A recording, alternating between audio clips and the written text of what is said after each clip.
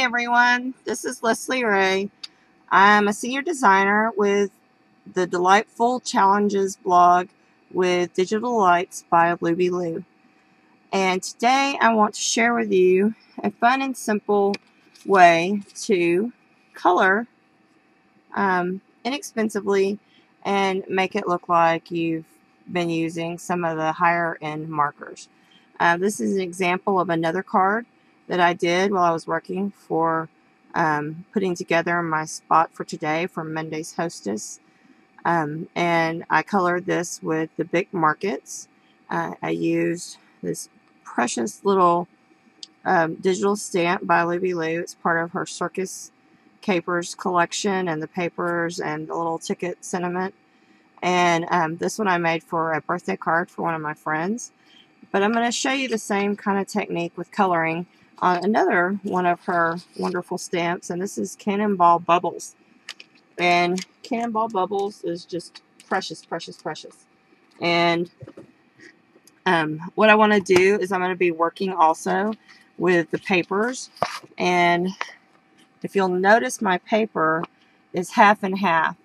And when I'm making cards especially, I will print my paper on an 8.5 by 11 piece of cardstock.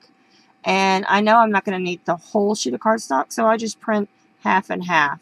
And I adjust that on my computer in my publisher program, my Microsoft Publisher, and get what I want to actually print. But what I want to show you is that I want to match this paper, so I'm going to color my guy to look like the guy that's on the paper so it will match well.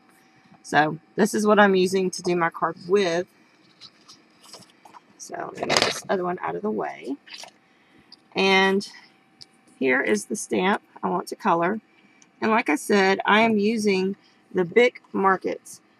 Bic markets come in as many as 36 to a pack, as few as individually. You can buy them one at a time. I don't want to do them one at a time. I bought me a big set because they have lots of beautiful colors that we'd be using. And so I just, bought a big set. But like here, if they have a solid lid like this, this is their bigger nose for coloring. And this is good for large areas. And even with that point, you can still get quite a nice edge. And then they have the smaller point like this, which is great for all the fine details. And it comes with a lid that is silver with a solid color on the accent pieces of the marker. And I get both of those when I'm using it. A good face color in this set is the Peach Parfait. And the rest of them, it has probably 4 different shades of browns. Of course, you need a good black marker, and they have good black markers. It has several shades of greens. But even knowing the shades and looking at the colors, like both of these say they are the rambunctious red. But if you color on your piece of paper with this color, and then you color with this color, you can see they're 2 different shades. One is a little bit lighter than the other. And so what you'll want to do is make sure when you're coloring to test your markers to see that they are going to be the same. Sometimes they are the same, and sometimes they're a little bit different. But just kind of test them, because they do change from marker to marker with their dyes, and you want to just make sure that the color you're reaching for is the color you want. I know earlier on the card I was coloring, I wanted this darker shade of red because this lighter shade didn't quite match the papers I was using. So I made sure I used the darker shade of red. Just something to think about when you're looking at your markers. One other marker that I love, love, love, and this is the key to this technique, is to make sure you have the Cloud 9 marker. And the Cloud 9 marker does come in both the big nose and the little. And again, you can use these interchangeably for what you're going to do. But this allows you to go over a color ever so subtly and change it just a little bit darker. And the way alcohol inks work is they kind of blend on the paper like they're doing right here. And so that will allow you to get just a little bit of depth on whatever you're coloring, and help make it look dimensional without actually making your card dimensional by cutting out a whole bunch of different stuff for it. Another way with these pens to make things dimensional or to add another tone to a color is to just go back over the one color with the same color. So say I wanted to make part of this red just a little bit darker. I could go back over it with this other red or with the same pen, and it will make the side-eye color just a smidge darker, giving it just a little bit more definition of color in that area. So let's start coloring on him. The first thing I would like to do is just go ahead and do some outlining with a yellow.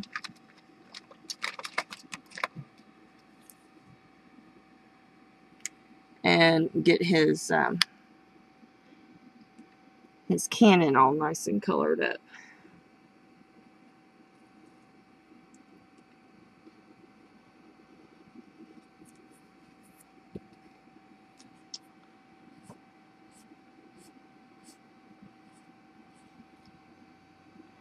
Now I've printed this with my inkjet printer on just plain white cardstock. This is, I believe, Basil cardstock is what I'm using today. And I want to make this look as similar to the other as possible. So he's got some red going on along this little ribbon.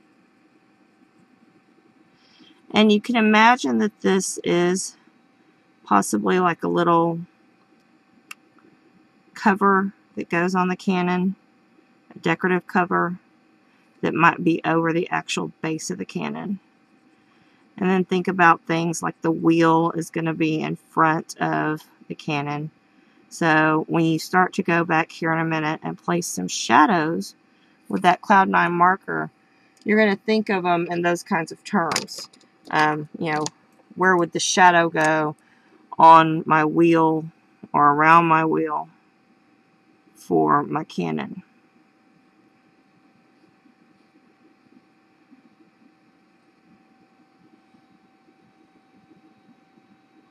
Now this is a darker gray than the Cloud 9. The Cloud 9 gray is not quite this dark.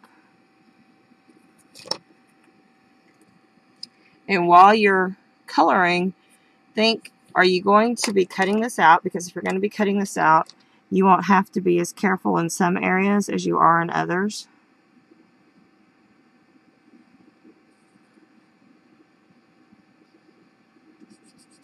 But in some places you'll want to be more careful.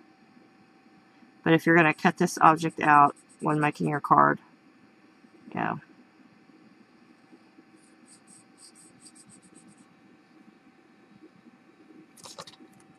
Okay. I'm going to go up to here. Now I am choosing the Cloud 9 for coloring the cannon itself. But that's going to be okay because in this particular instance, I can use either the Cloud 9 to go back over that seam where I'm going to put my shadow, or I can go with the darker color. But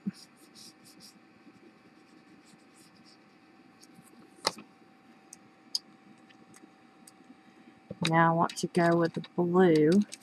And when you're picking out your colors and you can't quite remember what the shade of the blue is that you're going to pick, like, I'm not sure I want that one, but instead I'd rather have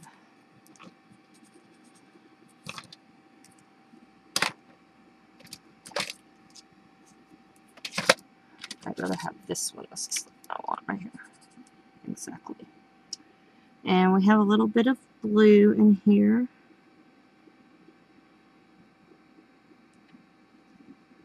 Along these stars.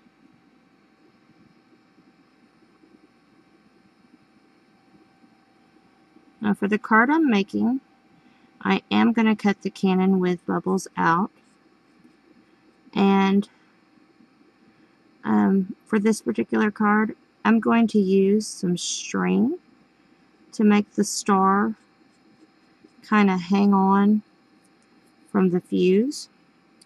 So I will actually cut the fuse and then use some actual string to be a little more decorative with my DigiStamp.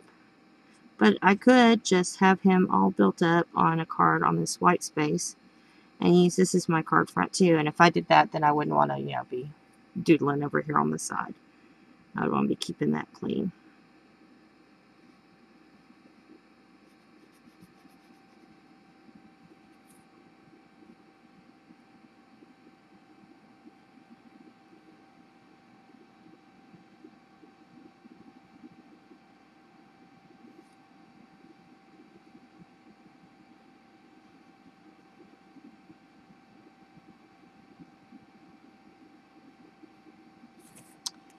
Okay, and then come back in with a little bit of red from these stars.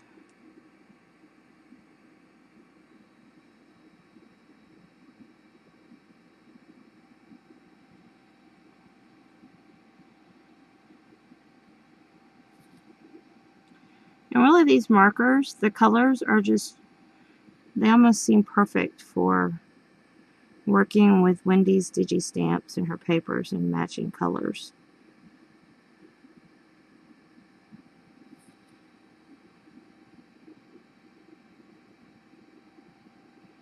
You could also mix these up with a little bit of Sharpie marker if you want a little bit different tone.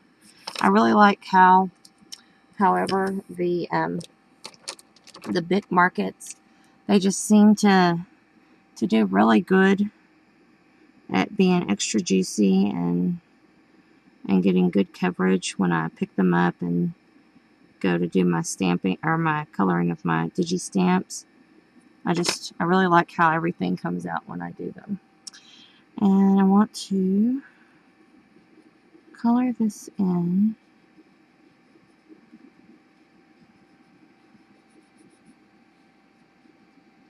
For this project, the yellow I'm using is called Lemon Bliss. And I want to pick up a little bit of orange.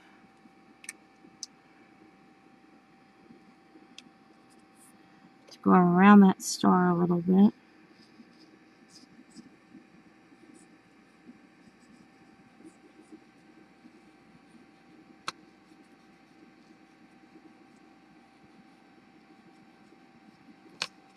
And then we're almost up here to the very top of the cannon where our bubbles is going to come flying out.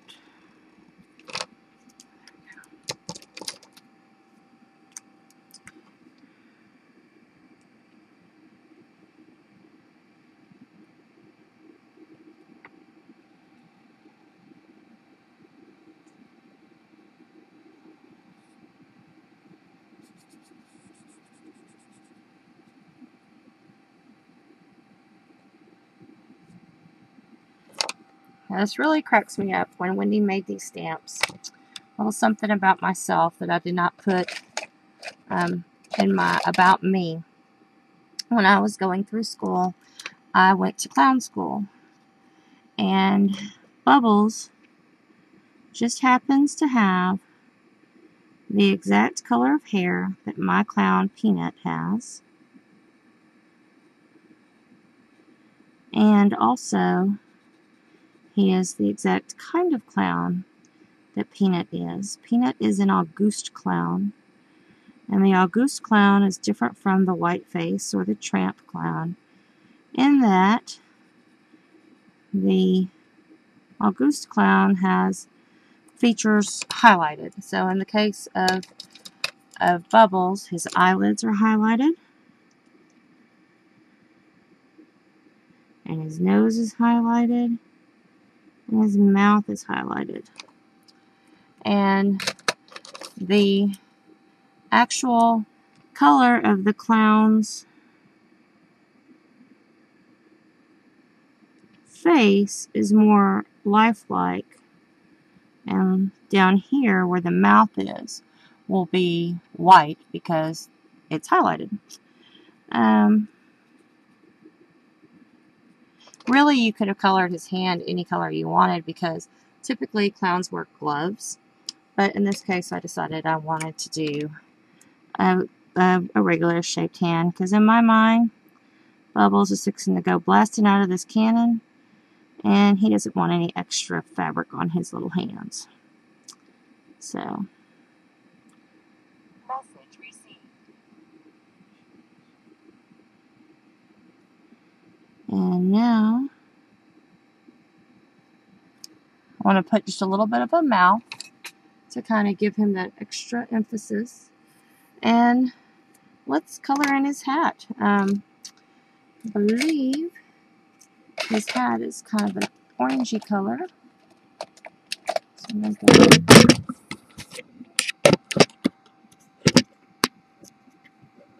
Sorry about that.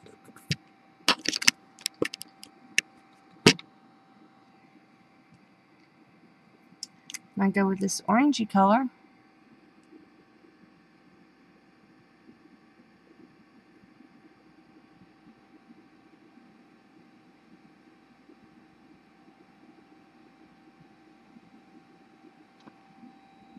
And go with a little bit of orange here on his collar.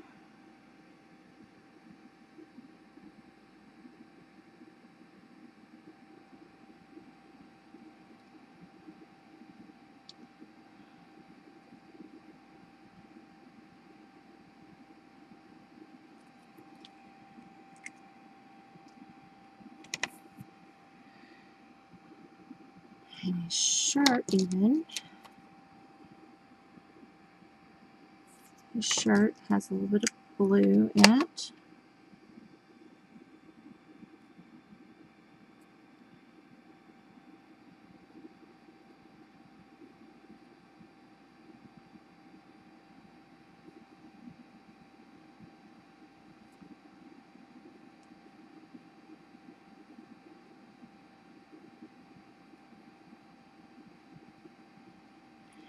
And I'm going to color this part of his hat kind of blue also.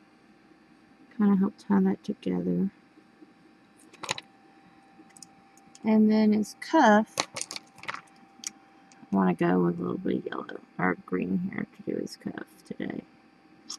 And to put there. And also to do this stem coming down.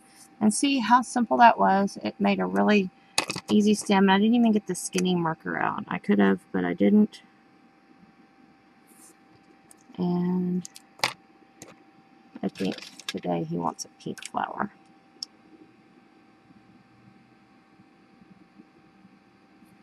And a pink color here.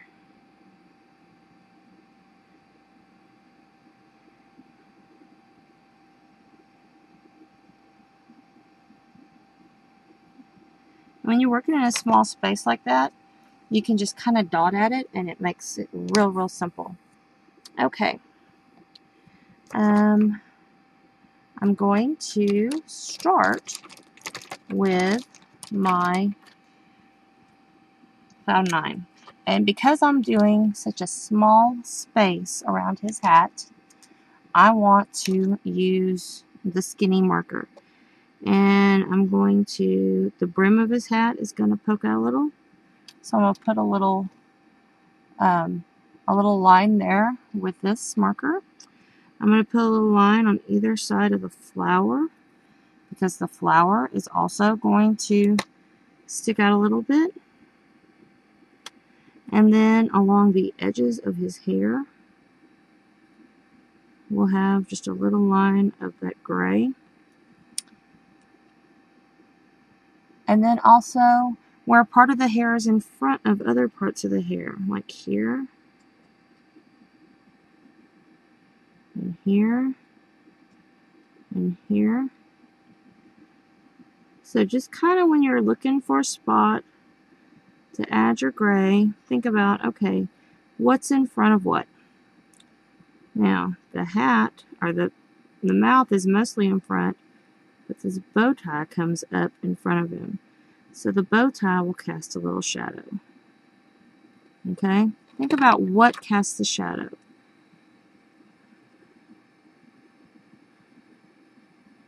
Okay? When you're thinking about this, like the cuff would cast a shadow on his hand, the collar would come down and cast a shadow there. And just keep layering it like that. Let me bring it up so you can see a little closer where I've come in with the grays. And even though up really close, when you examine this really close, it looks kind of not so much.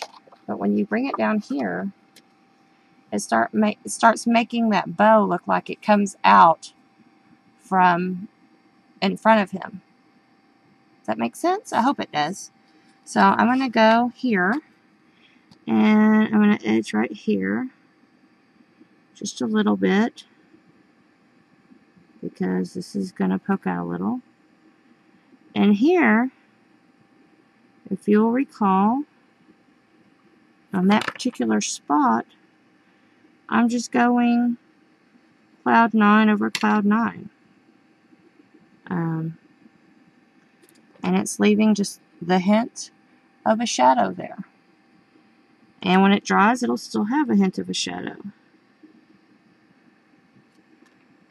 And if I wanted to go around these little stars to give them a little more pop, which I do, I'm going to go around these on the blue. And that will also give them a little bit of a pop.